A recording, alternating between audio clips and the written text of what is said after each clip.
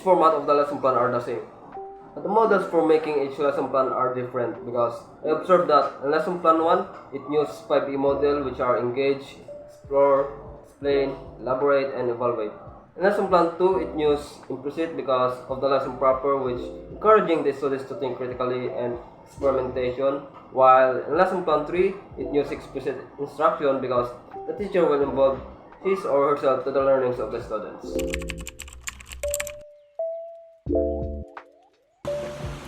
The objectives will be your setting target you want to achieve by your student at the end of the lesson. And the three domains such as the cognitive, psychomotor, and affective should be included in your objective to have an effective outcome. Subject matter pertains to a specific content that the lesson aim to teach. It includes topic. The lesson of the topic will be presented during the entire class discussion. Materials that will be utilized during your instruction such as TV, laptop, blackboard, and instructional materials like charts, teacher, and among others that will be used in the entire lesson. Time allotment is allotted time or hours of the session that should be consumed during the hours. And lastly, references. This is the source and reference of your topic and lesson uses to deliver by a teacher. The procedure is the body of your lesson plan, the step-by-step process of introducing the lessons. And there are 4 steps in explaining the introduction of the lesson, such as the motivation. It should be connected to your lesson plans. This will be the introduction and giving a first-hand idea of the topic. It will be the setting moods of your student to catch their attention. Lesson proper is the continuation of your motivation and preparation for the discussion, and you will introduce your lesson.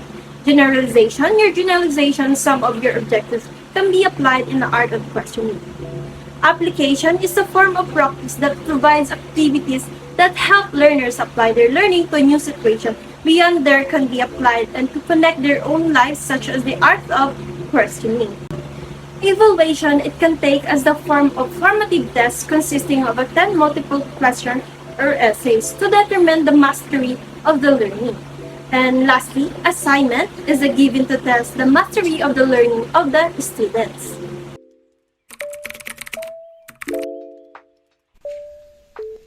I think the part of the lesson plan that is easy to construct is the generalization part, because it can be focused on students' idea by dropping some questions to them in relation to the topic all throughout the discussion.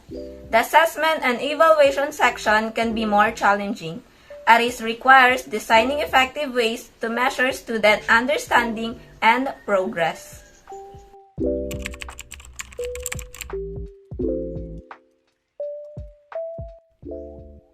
The teaching method used in each plan is a combination of student-centered and teacher-centered approach.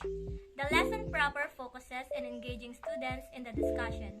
I also noticed that students were encouraged to talk, listen, write, and work with others. A balance between student-centered and teacher-centered approaches is necessary, depending on the subject matter, the age, and developmental level of the students and other factors.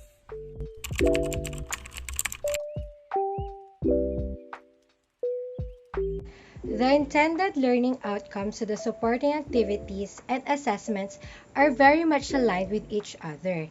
And in creating lesson plan, the activities that the teacher will give must mirror the intended learning outcomes.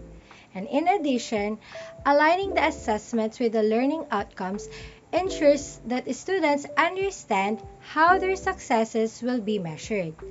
So, moreover, it is also important that these activities will grab the nurturance of HOTS or the higher order thinking skills, as it is spell the student's success in their academic journey today and future.